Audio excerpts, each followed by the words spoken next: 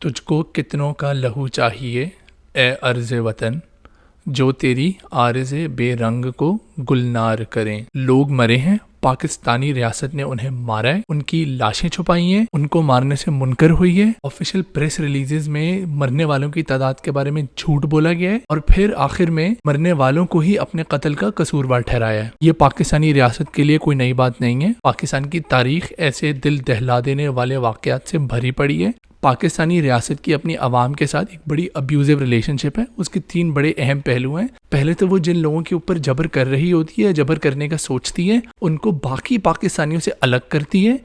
پھر ان کے اوپر کی ہوئی جبر کے بارے میں جھوٹ بول کے ان کی حقیقت کو جھٹلانے کی کوشش کرتی ہے، پھر آخر میں جن لوگوں کے اوپر ظلم کیا جاتا ہے انہی کو اپنے ظلم کا قصوروار ٹھہراتی ہے۔ پہلے تو کوئی بھی ابیوزر جو ہوتا ہے، جن کے اوپر اس نے جبر کرنا ہوتا ہے یا جبر کیا ہوتا ہے، ان کو وہ تمام امداد کے راستوں اور وسائل سے الگ کرتا ہے۔ کسی بھی شہری کے لیے ریاستی جبر کے خلاف پہلی ڈھال جو ہے وہ ملک کا قانونی نظام ہوتا ہے۔ 26ویں آئینی ترمیم پاس کر کے پاکستانی فوج نے پاکستان کی عدالت کو ریاست کا یرغمال بنا دیا۔ اس قدم سے پاکستانی فوج نے یہ چیز یقینی بنائی کہ پاکستان تحریک انصاف کے پاس کوئی بھی قانونی راستہ مدد کا نہ ہو۔ ساتھ ہی ساتھ پاکستانی فوج جو ہے وہ تمام الیکٹرانک میڈیا کو سینسر کرتی ہے، یہ چیز کو یقینی بنانے کے لیے کہ پاکستانی فوج کے اوپر ایک حد سے آگے تنقید نہ ہو سکے۔ یہ جو سینسرشپ کی پریکٹس ہے یہ نئی نہیں ہے۔ 1971 میں بھی جب بنگلہ دیشی اپنی جنگ لڑ رہے تھے تب بھی تمام پریس کو سینسر کیا گیا تاکہ مغربی پاکستان میں مشرقی پاکستان کے اوپر جو بھی ظلم و ستم ڈھائے جا رہے تھے وہ مغربی پاکستانیوں کو نہ پتہ چل سکیں۔ کیونکہ پی ٹی آئی کافی حد تک سوشل میڈیا پہ بھی متحرک تھی، الیکٹرانک میڈیا کی سینسرشپ ایک حد سے آگے پاکستانی فوج کے لیے کارآمد ثابت نہیں ہو رہی تھی، اسی لیے انہوں نے ایکس، ٹویٹر جیسے سوشل میڈیا پلیٹ فارمز کو بین کیا، وی پی اینز کو بھی بین کیا۔ تو آپ کے پاس نہ قانونی نظام کی مدد ہے، نہ آپ الیکٹرانک میڈیا میں اپنی بات کر سکتے ہیں، آپ کے ملک میں سوشل میڈیا بھی بین کیا جائے، تو پھر ایک عوام کے پاس کیا راستہ بچتا ہے؟ یہی کہ وہ سڑکوں پہ نکلے۔ اور جب سڑکوں پہ نکلنے کا دن آیا تو پھر پورے پنجاب میں تمام شہروں کے بیچ میں موومنٹ جو ہے وہ کمپلیٹلی بین کر دی تاکہ جو لوگ اسلام آباد پہنچ بھی سکیں ان کی مدد کو پنجاب سے کوئی بندہ نہ پہنچ سکے۔ تو اب آپ یہ دیکھیں کہ سارے قانونی راستے بھی بند کیے جاتے ہیں، سارے آواز اٹھانے کے چینلز کے اوپر بھی پابندی لگائی جاتی ہے، اور پھر جو لوگ اپنا حق مانگنے کے لیے سڑکوں پہ نکلیں یہ بھی یقینی بنایا جاتا ہے کہ دوسرے لوگ جو ہیں وہ ان کی مدد کو نہ پہنچیں۔ اس طریقے سے ریاست جو ہے وہ اپنے وکٹمز کو باقی لوگوں سے ایک بالکل الگ کر دیتی ہے تاکہ پھر جو بھی آنے والا جبر ان کے اوپر ہو اس میں ریاست کامیاب ہو جائے اور عوام کی مدد کو لوگ نہ آ سکیں۔ جب ریاست یہ یقینی بنا دیتی ہے کہ جن لوگوں کے اوپر اس نے ظلم کرنا ہے یا کیا ہوا ہے اس کو انہوں نے باقی عوام سے الگ کیا ہوا ہے، تو پھر ریاست ان کے اوپر کیے ہوئے جبر کو جھٹلاتی ہے۔ یہ ایک سائیکولوجیکل ٹول ہے جو وہ یوز کرتی ہیں تاکہ ان لوگوں کی حقیقت کو تبدیل کیا جا سکے اور ارد گرد عوام کو ان کے ظلم سے ہمدردی کرنے سے روکا جا سکے۔ ابھی اسلام آباد والے سانحے میں بھی ہم نے دیکھا کہ سب سے پہلے تو ریاست نے اسی چیز سے انکار کر دیا کہ پروٹیسٹرز کو گولیوں سے چھلنی کیا گیا ہے۔ کافی رپورٹس اس چیز کی بھی آئیں کہ لاشیں چھپائی جا رہی ہیں، لواحقین کو ان کے پیاروں کی لاشیں نہیں دی جا رہی۔ یہ بھی رپورٹس آئیں کہ اسپتال انتظامیہ کے اوپر دباؤ ڈالا جا رہا ہے تاکہ وہ مرنے والوں کی تعداد کو کم سے کم بتا سکیں، اور یہاں تک کہ آفیشیل پریس ریلیزز بھی شائع کی گئی ہیں جن کے اندر کم سے کم تعداد بتائی گئی ہے مرنے والوں کی۔ پروپیگنڈا کا استعمال کر کے اپنے پسندیدہ جرنلسٹ کے تھرو پاکستانی ریاست نے جھوٹی خبریں بھی جو ہیں وہ پھیلائی ہیں، اور جن صحافیوں نے ریاستی نیریٹو کے اوپر سوال اٹھایا ہے اپنی صحافت کے بلبوتے پہ، ان کے سوال اٹھانے کی وجہ سے انہی کو اغوا کیا گیا ہے۔ متی اللہ جان کی آپ ابھی مثال دیکھ لیں، وہ پیمز اور پولی کلینک کے اندر سے رپورٹنگ کر رہے تھے اور انہوں نے کافی لاشوں کے کور اپ ریلیٹڈ نیوز جو ہے وہ انہوں نے بریک کی اور اسی لیے انہیں اغوا کیا گیا۔ پاکستانی ریاست کے لیے اس قسم کا ظلم کر کے انکار کرنا نئی بات نہیں ہے۔ بلوچستان، سندھ، خیبر پختونخوا میں اس قسم کی پریکٹس بڑے عرصے سے جاری ہے۔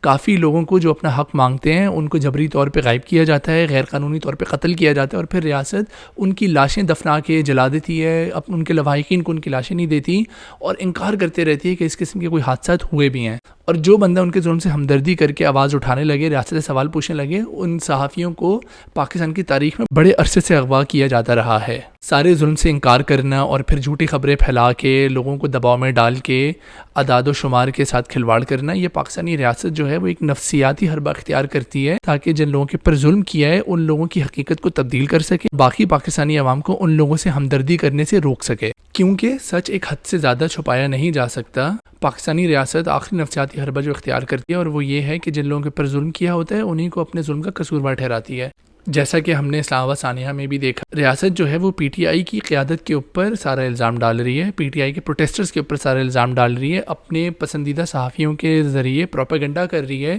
اور ان پرامن پروٹیسٹرز کو اس تصویر میں پیش کیا جا رہا ہے کہ یہ لوگ اپنے سر پہ کفن باندھ کے مرنے اور مارنے آئے تھے۔ جو پریکٹس ہے لوگوں کو بلیم کرنے کی انہی کے ظلم کے متعلق، وہ پاکستانی ریاست کے لیے ایک نئی چیز نہیں ہے۔ پاکستان کی تاریخ میں اس قسم کی بیشتر مسائل قائم ہیں۔ ابھی 2019 میں خرقمر کے میسیکر کے اندر پشتون تحفظ موومنٹ کے سینکڑوں لوگوں کو مارا، اور پھر ان کی اموات کا ذمہ دار جو ہے وہ پشتون تحفظ موومنٹ کی قیادت کو ہی ٹھہرایا،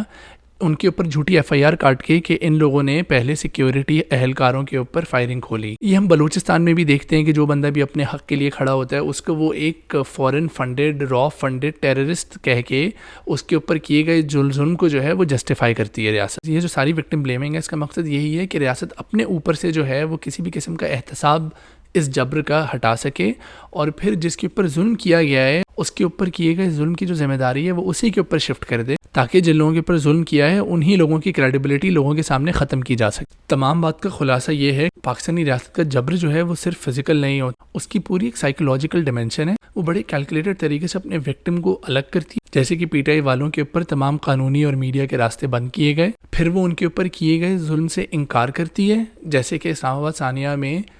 ریاستی نیریٹو یہی ہے کہ کافی لوگ نہیں مارے گئے، اور آخر میں جن لوگوں کے اوپر ظلم کیا جاتا ہے انہی کو اپنے ظلم کا ملزم ٹھہرایا جاتا ہے، جیسے کہ پی ٹی آئی کی قیادت کے اوپر ایف آئی آرز کٹ گئی ہیں، اور پی ٹی آئی کے پروٹیسٹرز کو ہی ایک وائلنٹ موب کی تصویر میں پیش کیا جا رہا ہے۔ یہ بتانے کا مقصد یہ ہے کہ پاکستان کے اندر جو بھی ریاستی نیریٹو چاہے کسی بھی نیوز چینل پہ چلے، کسی بھی ادارے کی پریس ریلیز میں آئے، کوئی بھی ریاستی ٹاؤٹ میڈیا کے اوپر آ کے بولے، آنکھیں بند کر کے اس کا یقین نہیں کیا جا سکتا۔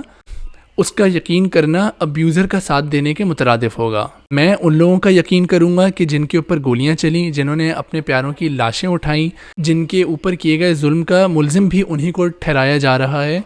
اور میں آپ کو دعوت دیتا ہوں کہ آپ بھی انہی لوگوں کا یقین کریں۔